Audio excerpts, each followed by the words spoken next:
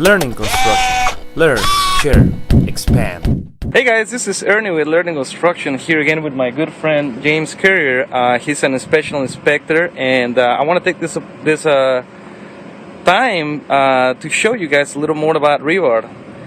What we're going to do is we're going to show you the basic names on the rebar. We have a column over here, and it's a good example of the rebar that is used in some of the columns, and it gives you a good opportunity to understand the names that we use.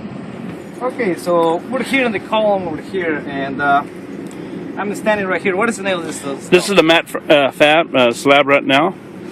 Top and bottom layer, and between the two slabs is set up on 12-inch centers, and there's rebar sitting in there at number 6, and then we have a number 8 for our uprights for our column support, and we're using our clips and our stirrups in there. This is a stabilizer to keep the bars in position and also to keep support of the bars in the boundaries of the pour.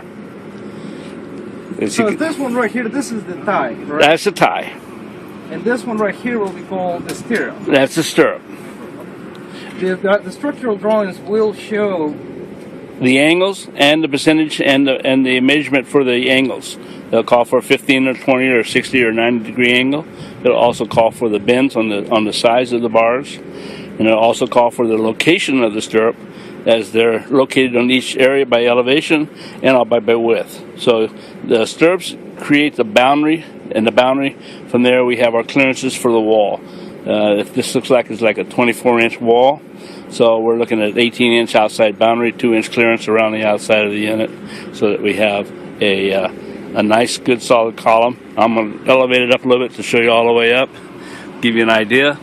And as this column is set up, at the top we have the settings for the as the bottom, and then the top is set up for the slab on deck above, so that we can turn right into the slab on deck as you go up, and you can see where we can tie into the slab and continue the support of this column. Okay, it's going to be a single floor up on this support. Some supports are multiple floors, but this is a single. Okay, you can see where it's tied rebar. You can see the clearances around, a 3-inch clearance on bar to dirt. It's requirements by the code. This is all under ICC 2010 code, and looks very nice. The pit is clean. The areas are defined. You have your dobies on the bottom, showing the dobies, the 3-inch dobies to keep the elevation off of the bottom. If this pit was inside of a wood construction, we have 1.5-inch clearances, but we're in dirt, so we have 3. I think that covers everything. We have a little bit of a stabilizer. These little hook bars you see in there, they're elevation bars to keep the spacing between the two units.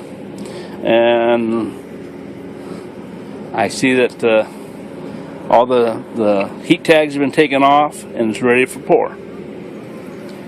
And that's it, guys. I hope you guys learned something about the rebar work. And once again, thank you for watching, and don't forget to check learningconstruction.com. Thank you.